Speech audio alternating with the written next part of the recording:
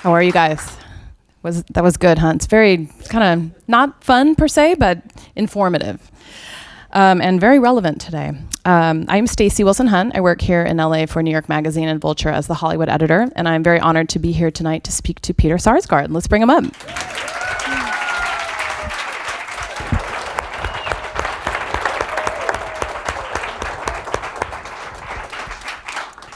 I was very happy to learn backstage that he is not the scary, menacing guy that you might imagine. So in fact, quite the opposite. But I want to talk about, we talk a little bit about your growing up backstage. I'm curious, what is it like to grow up in a military family and have to move all the time? I lived in 12 different places in the 18 years before college. So, it's really, I guess on the positive side, there's a real chance for reinventing yourself wherever you go. And actually, as an adult who's done that less, sometimes I find myself wishing I could do that. There's something really nice. I remember moving from St. Louis to Oklahoma City, and I started having people call me John. I actually changed. I was called John when I lived in Oklahoma City, which is my first name, but it's also my dad's first name. So little things like that. And sometimes I would bring the novelty of a place where I had been into someplace new, like when I moved from Arkansas to Connecticut and went to high school in Connecticut. And I tied flies for fly fishing. I didn't actually fly fish that much. I just made the flies. And I remember there was a pheasant on the side of the road, and I skinned it for these kids and tied a fly out of it and showed them how to do it and everything like that. And I got to be like that guy, you know what I mean?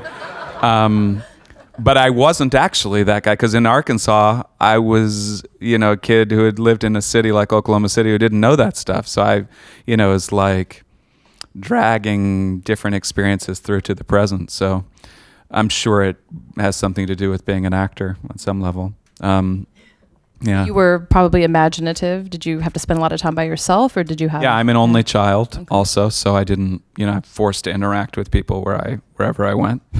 I grew up, I had an accent a little bit as a kid. My parents are both from Mississippi.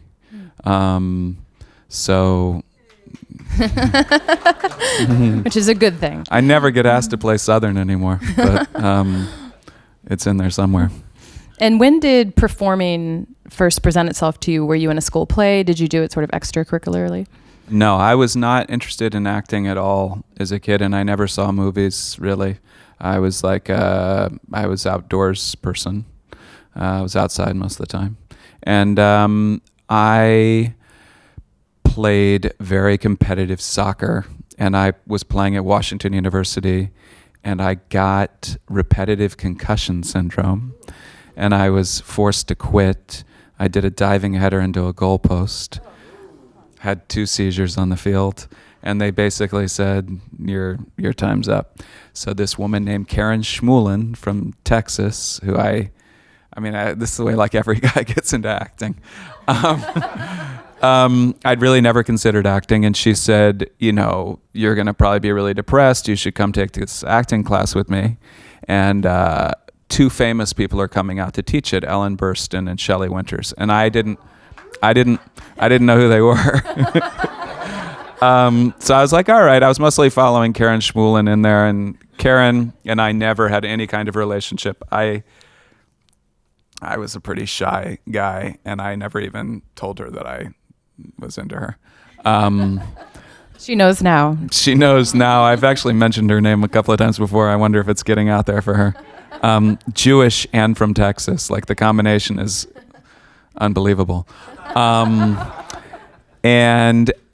I went into this class, and they immediately had me do a scene from this play called Bent, which is really, really crazy intense. And I didn't know anything but to just imagine the actual circumstances of a thing. I'd never had any training to think otherwise. I was like imaginative as a kid. And so I memorized the lines and I did it in front of the class. And when I finished, I realized that something had happened between me and the people watching. I wasn't a performer though, and I really, for a very long time, felt like I was not a performer, never been a performative person. I'm not the life of the party. I just didn't, I thought of myself as a non-actor for a very long time. So that's how I got in, Not a traditional path to acting. No. Which is great. So your first acting credit on television was Law and Order, if I read that correctly.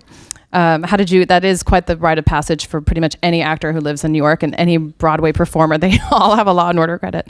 How did you get that job, and did you audition for it? Did someone see you perform? I had, my first audition was for Horton Foote, and I got cast in a play that Horton wrote, that I did at Signature Theater for his season there. Signature Theater is now on 42nd Street, but it was on Bond Street back then at the Campo Cultural Arts Center, which is a Japanese art center. And did that. Tim Robbins saw me in that and cast me in Dead Man Walking with Missy Yeager to play the couple that was murdered. And then, and I was still at that point like in denial about being an actor. It seemed like, I was sort of a dancer also. I'd performed with Meredith Monk in New York because I was dating a dancer. It's really the way it kept happening to me over and over again. I'd always wanted to be a writer, so I was sort of thinking like this was like a good way to, do something while I was trying to be a writer, because it's so much harder to, you have to really get out there to be a writer. That's just, I ended up getting an agent and he sent me out on that job. And I was a real fan of Jerry Orbach. And Jerry was on the show then. And so I was super psyched to act with him. And he was really, really a great storyteller and one of the most fun people to be around on set that I've ever been around, And who did you play in the episode? I've seen all of them, but I can't recall at this very moment who you played. I was a Juilliard student who had killed my girlfriend and carved an A into her back. And I remember they said, "What does the A stand for?" And I said, Scarlet Letter thing? I said, "Always." Very hard line to deliver. That show does veer into melodrama now and then. So the first movie that just sort of knocked my socks off and scared the shit out of me was Boys Don't Cry, playing John Lauder. It's hard to imagine that was 20 years ago. And I've talked to Kimberly, who I know, and she's incredible, the director.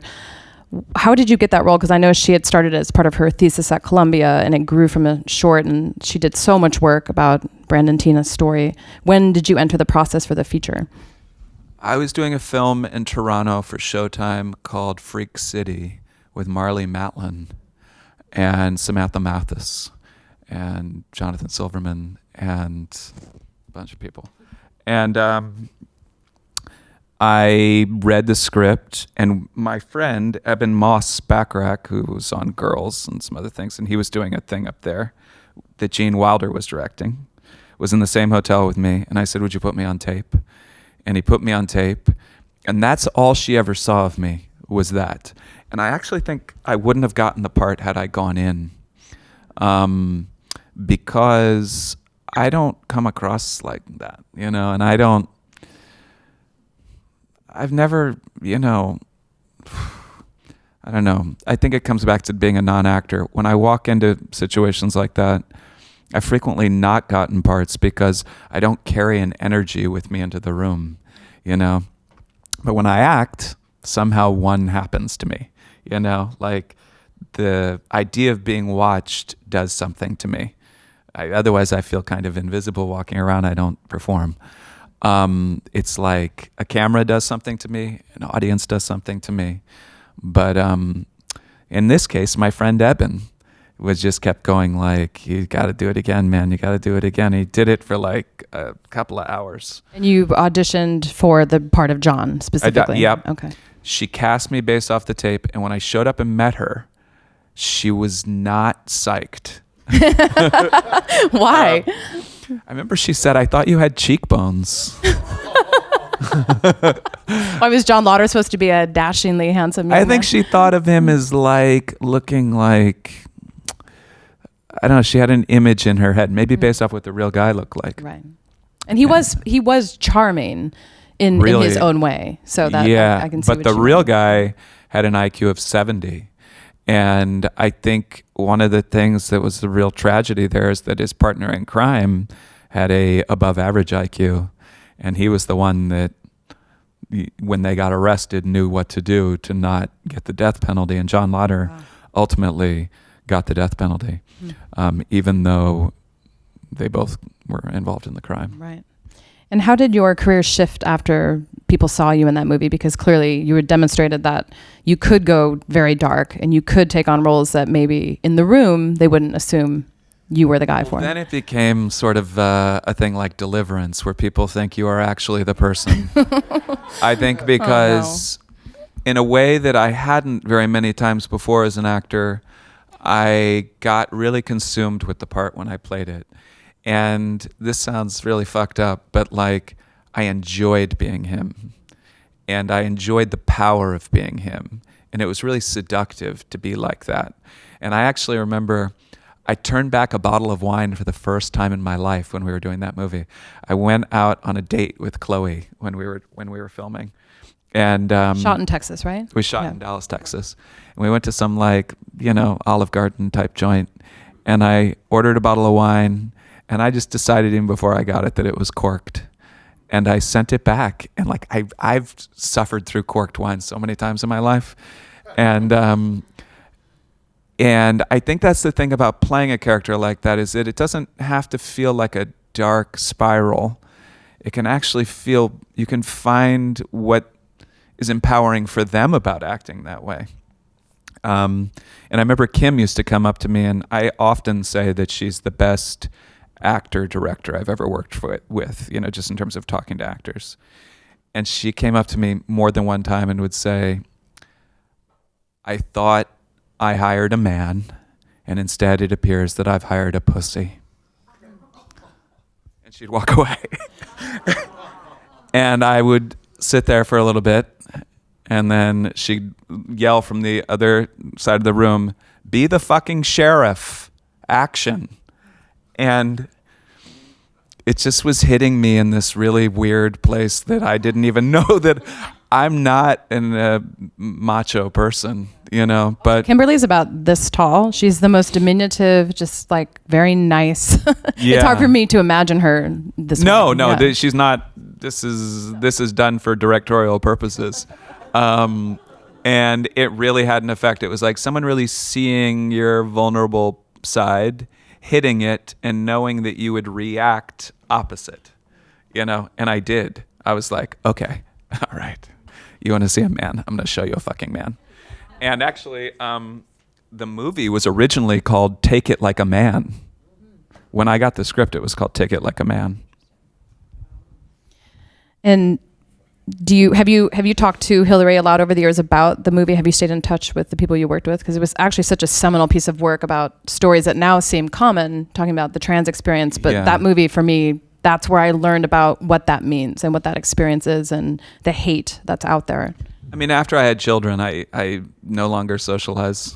But I see Chloe occasionally. I see Hillary every once in a while. I see Chloe probably more.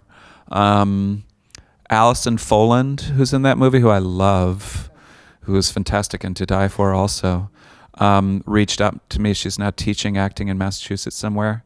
Lisi lives in my neighborhood. So yeah, I see them all around, and Brendan Sexton. He's, of course, on Roseanne. Yeah, and Brendan Sexton, who was on The Killing, but not the season I was on it. When you come across people like that again, that was experiences like that don't happen very often. The movie actually could have been bad, and it still would have been an amazing experience because it was filmed mostly at night. So we would come home at sunrise and drink, and we were all staying in a like business complex. So it was a building shaped like a donut with a courtyard in the middle by the side of a highway. Sorry, my nose is itching like crazy. And we would sit in that courtyard and drink until like noon, go back to our rooms and pass out, and wake up and start filming at night again, and just kind of do that. And we were, except for Hillary, who lived separate. So there was a real bond there. And that's what happens when you film on location, it's a different thing. And you can always tell when something is not shot here in New York. There's this extra feeling of believability for me. Well, because people are going home to their families and boyfriends and stuff like that when they're filming in, a city like this. Right. A semblance of a normal life. I would say my favorite role of yours, and this is not an obvious choice, but it has stuck with me so much, is Chuck Lane from Shattered Glass. And to think about what this movie was about, and it was actually about fake news. Yeah. And now, what we call fake news is different depending on whom you ask. But tell me a little bit about working with Billy Ray. Was that his first feature as a director? That was his first feature. He had written for many years, and then that was his first film. Yeah, he is the most thankful director you could work with. I mean, he's just like the most supportive guy. I loved working with him. His style's a little bit like a baseball coach. There's like a lot of like from the dugout kind of vibe. He didn't call you a pussy, I assume. He didn't. Okay. No. Different character, Although, different approach. Why he cast me, I have no idea. I mean, I just been in Costa Rica with Eben, my friend, and I came in like flip-flops. I was tan. Did not look like an magazine editor. No. I came from the airport to the audition, and I really have no idea why he cast me. It was like one of those auditions where you're like, well, I'm just getting back from Costa Rica. I had no ambition. I had no need. I was like, it's Hollywood. It's silly, Sometimes that works. Yeah. What I loved about the movie is there are so few real depictions of journalism in film. Yeah. Like someone will get an assignment and then it's always so unrealistic. And those meetings, your story meetings and stuff, actually felt like he had spent time learning what a magazine like that would take to put another out. very, very good friend of mine is Jesse Perez, and his dad Marty ran that place. Right. And so I knew Jesse. Jesse used to play in the Lemonheads.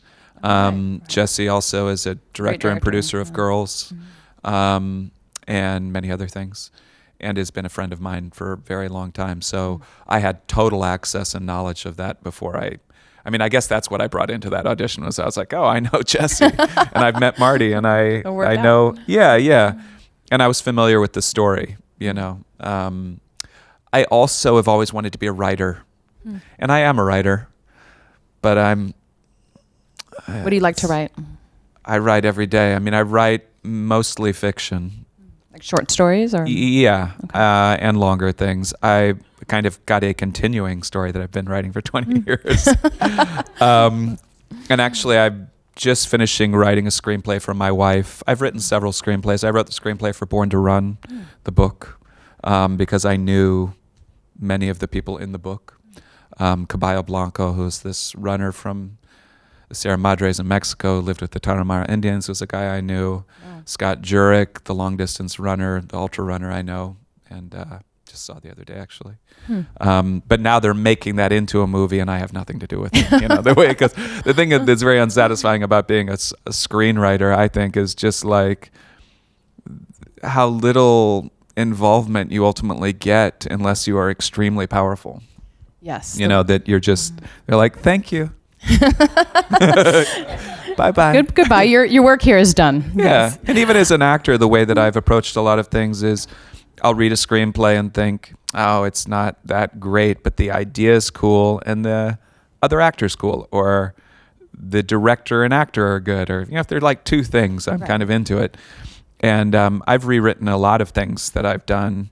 Have directors been receptive to that and the writers? Well, a director is always receptive to. I usually don't talk about it very much. I just start saying something else. because that's considered kind of normal, except in television. You know, that's like the writer is God in TV, not in yeah, but like in a movie, if you show up and you're like, you know, you talk to the other actor and you're like, I was thinking something like this and this and this, and then you go on set and you do it that way without saying anything, and it looks like a great scene. Nobody's going to be like, we like the bad one, you know? Right. But if in that way, in a way, they're less prejudiced. I always think as an actor, my biggest piece of advice is don't talk about it very much. Just protect yourself. Keep some secrets, because if you talk about it, then you're prejudicing their point of view and what you're doing. You know, they're like, it doesn't look like that. Well, maybe it looks like something you don't even intend. That's also good. So there's a real need, and I've seen actors do this, to talk, you know, but if you can just put it all into the words of acting and be a quieter person, I think it helps. Good advice in general, I'd say.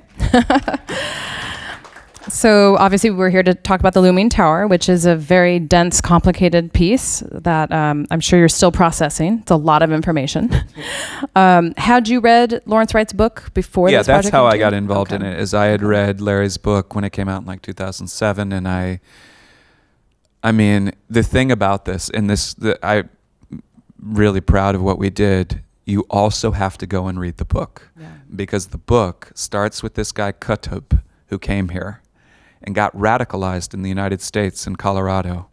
Then he went back to Egypt and was martyred willingly by the Egyptian government, and that's how the Muslim Brotherhood started.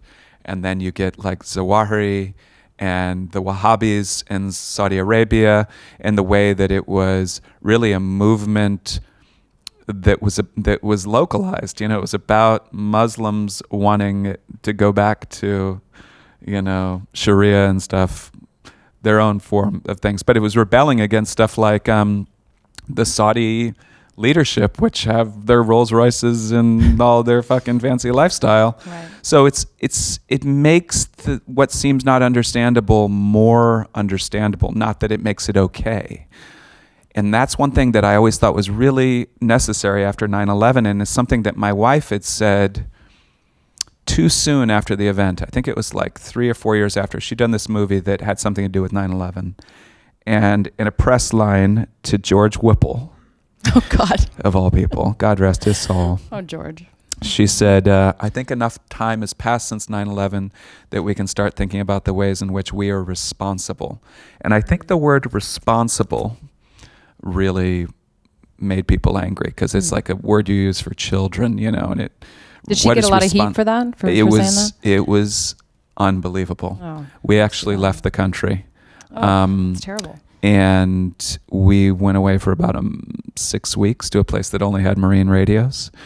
And we would get faxes coming in of like, they're talking about it on CNN or Fox or all this stuff. And then when we came back, people were still yelling at her out of their car windows. And the thing is, my wife is a patriot. I mean, truly, deeply, like, comes from people, her mother. I mean, this is like, when I think of her family, I think of people that are deeply invested in this country and making it a great place. So it was very difficult. And then when the book came out, I was surprised that there was like, you know, it won the Pulitzer and stuff. And I was like, oh, wow. And so when they talked about making it, I was like, maybe enough time has passed that we can start talking about the ways in which we're responsible, whatever that might mean to you. Right. Not like it was our fault. Right. I think people were conflating, you know, those words meant the same thing. Yeah, I don't think they do. think so. Yeah. So that really interested me in this. And this material was, you know, it's Dan Futterman, Alex who I Gibney, know, of course. and Alex Gibney, and everybody involved seemed so great. And I've never been into the idea of doing a series that lasts for a long time. Mm. So even though we may go for a second season, there's not going to be 5 seasons. Right. I can't wrap my head around playing someone for that long. Right. You know. Understand. And your character, Martin Schmidt, is a composite character, but do you know, I guess, where some of the references are from? Is he a mix of certain CIA personalities? Okay. Totally. Okay. and I talked to a lot of, I just done Wormwood. So Wormwood. That's crazy. Have you guys watched Wormwood on Netflix? Whoa. Wormwood is about the CIA and its beginnings, well, not quite the very beginning, but in 1953. So the CIA, for those of you who don't know, was kind of invented as a reaction to Pearl Harbor. Like, why didn't we know that was going to happen? And we used as a model, the Russians had really good intelligence for a long time. So ours was sort of based off of that at the beginning. And I had read this book, Legacy of Ashes, for Wormwood, which is about the CIA. So when this came, I had a good general framework of what it was, because the CIA is not one thing. What it was in the 50s is not what it is today. Even what it was before 9/11 is not what it was today. So just understanding that this is something that changes all the time really helped. And I talked to operatives. I didn't get a chance to talk to many analysts, which is what my character was. But when an operative talks about an analyst, it's very interesting. They talk about them as storytellers. They say this is someone that gets information from thousands of miles away, bits and pieces, and creates a narrative about what someone has done and is about to do. And I thought, well, that's like what I do. It's easy. Interpreting. Yeah. And then translating. Yeah, I take bits and pieces and I create like a thing, especially when you're playing like a supporting part. The thing about playing a supporting part in general is you are so responsible for all the bits and pieces that aren't there. I mean, that's just most of what you're doing. I work on the scenes some, but I think of all the other stuff most of the time. And what would you say is the most revelatory thing that you learned? I guess obviously you'd read the book, but just about the lead up to 9/11 and our response to it. What do you think is the biggest piece of misinformation out there that you think would be aided by reading this book and having a better foundation for, I guess, that quote unquote responsibility? I don't know. I mean, I think it's very interesting when you think about the Monica Lewinsky scandal in terms of all of it, because we've got another similar situation going on right now. So many situations. And that all of this information was sitting right there in front of them.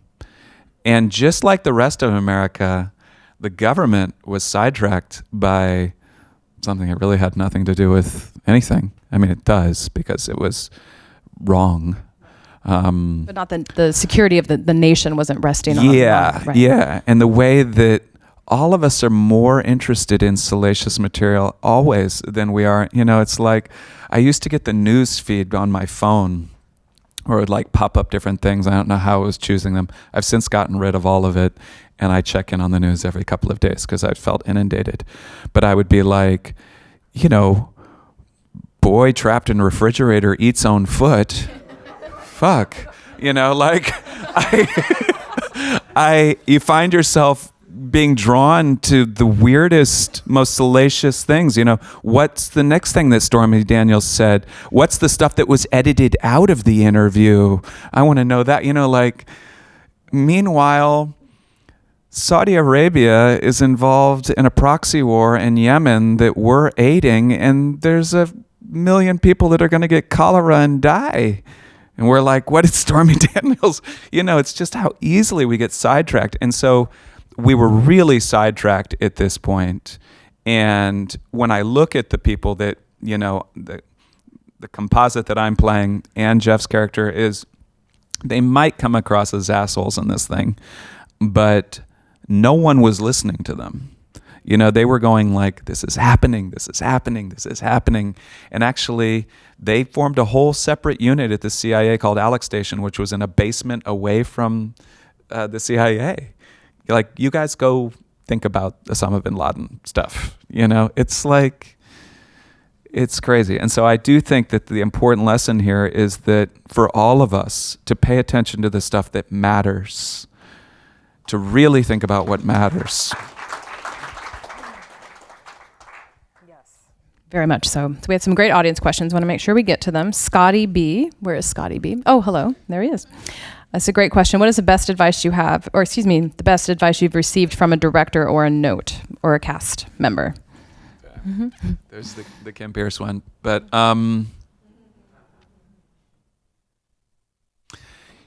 I was doing this movie with Liam Neeson once. Actually, this one just occurred to me. I was doing this movie with Liam Neeson once, and I played this. It was a movie that was not successful. It was called K-19, The Widowmaker. Oh, yes. Catherine Bigelow. I remember. It was like a massive independent film.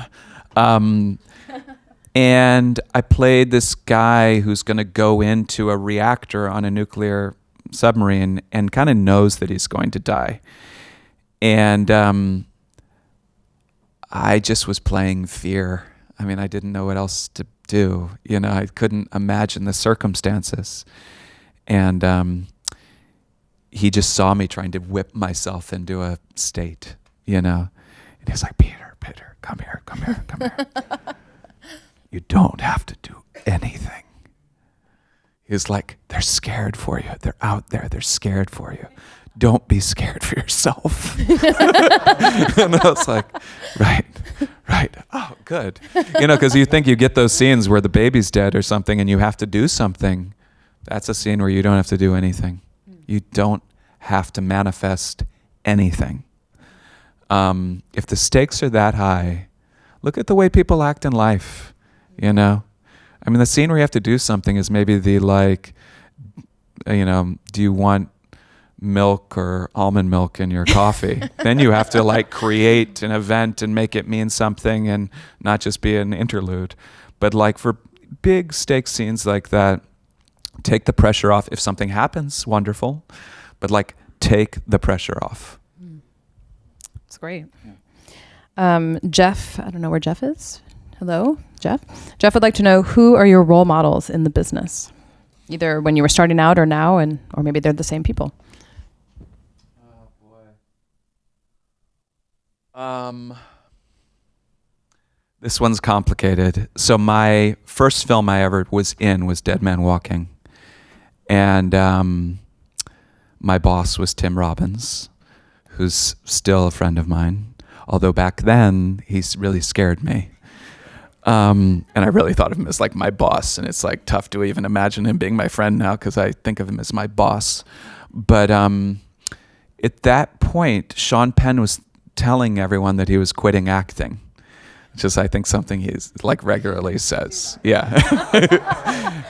And so I had like a real journeyman experience for film acting.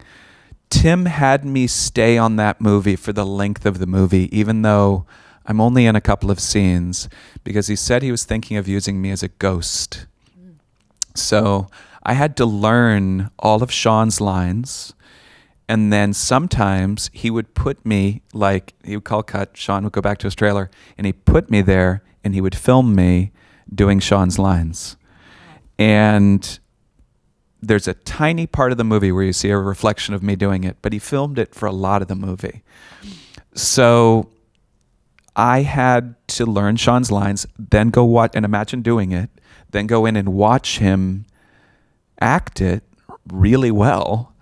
And so for a long time, Sean was like somebody that I thought of as not a role model, but an acting model. Like I thought, like, because I'd seen how he transformed scenes, reversed them, made them the opposite of the way it was written, the great freedom that he gave himself. Because a large part of being an actor is just carving out your dance floor and sticking to it and not letting people move you around on it. It's your dance floor. And on the note of sort of having the confidence to exert that freedom, you know, how do you strike the balance between showing up to set, feeling confident, willing to take direction, but also willing to exert your own interpretation, but also not be an asshole or not be that person who no one wants to work with again? I mean, I think that for all my friends who are actors, don't talk too much. Just don't talk too much. Okay. Don't talk too much. Don't tell everyone, okay, this is my take. Don't fill the space. Don't fill the space. Don't talk too much. You know, it's perfectly valid if the director comes up and says something to you that's very specific, like do this, and then think this, and then do that. Just sit there and go. And then they call action, and you just do whatever happens. And if some of that affected you, great. It was a good note. If it was a bad note, it won't land. It won't occur to you when you're doing it. If you're really in the scene, you won't suddenly go like, oh, now I should do what he said. Hopefully. if that occurs to you, then take a moment and be like, wow, that's occurring to me, and then continue. But like, there's no point in arguing notes. Oh, but I wouldn't do that because of the da-da-da-da-da. You're not going to get anywhere doing that with most people, I think. AJ Billions, my favorite. Hi. AJ wants to know if you have a specific way of preparing for roles, if your process changes project to project, if you have a set thing when you get the script, do you have a ceremonial thing that you do? You don't seem to do anything the way most people do things. I think this is what we're learning tonight. I don't know. My wife always says there's a number of things that I say before I'm going to do roles that are always the same things. Like, I should lose 5 pounds for this guy because, there's a famine going on. He's not in the famine, but he's covering the famine. I'm about to go do a movie. I finished a movie last night, by the way, in New York. Such a trooper. Was a comedy, which was really fun, that I did for a month. And now on Tuesday, I fly to Poland, and I'm doing a movie that takes place in the 30s in the Ukrainian famine. And I was telling my wife before doing it, I was like, he's a journalist covering the famine. He's probably got food, but not like that much food. So I should probably be skinny, but I'm not somebody that can commit to physical transformation very much. So I usually just talk about it and don't do it. And just for clarity, he's married to Maggie Gyllenhaal, just making sure everyone knows that. Because some of you might wonder, who is this woman he keeps referencing? That's the one. Frequently she says that I'll say, this guy should have a mustache. That's another thing. Because you already have one. I didn't want to have a beard for this movie that I just did. That was actually a thing this director and I disagreed on. It's because if you show up looking a certain way, like I don't shave in life because I don't like shaving. So, but when I go to do a movie, I'm willing to shave or do whatever. But if I show up with a beard, they're like, that's the way the guy looks. You got to be careful with the way you show up. I read the script. A lot. I really, really just read the script. And I know, journalists always want to know about like, did you talk to somebody who has the job or did you read books about it? But it's really in the words. It's in the script. That's all that exists. It's the script. And know the crap out of it. Know it as well as the director knows it. Like you just have to know it.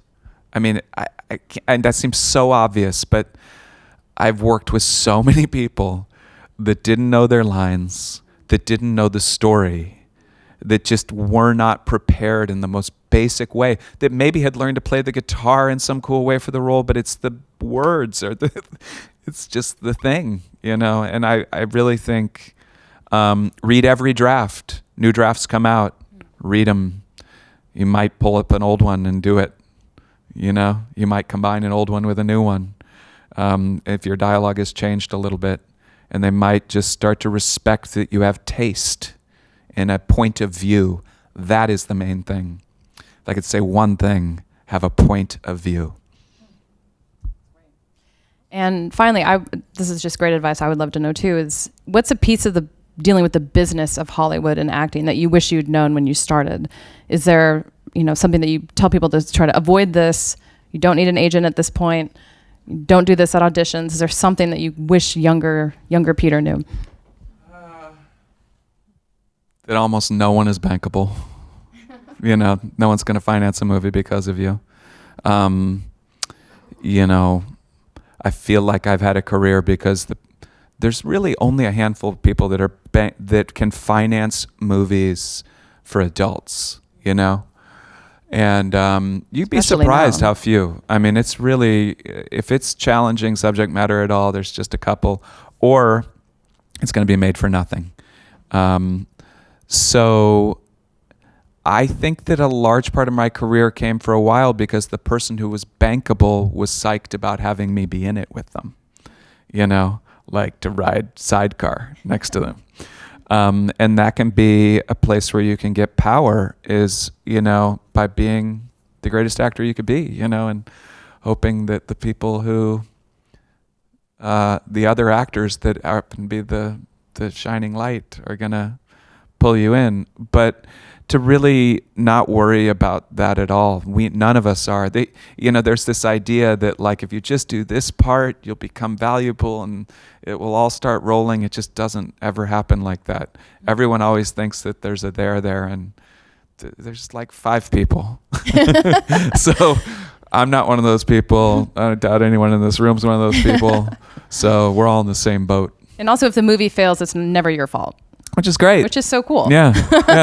It's amazing. It was Liam Neeson's fault that K-19 didn't work. We're blaming him. It was Harrison. Right? It wasn't even his fault. It was Harrison Ford's. It was Harrison Ford's fault.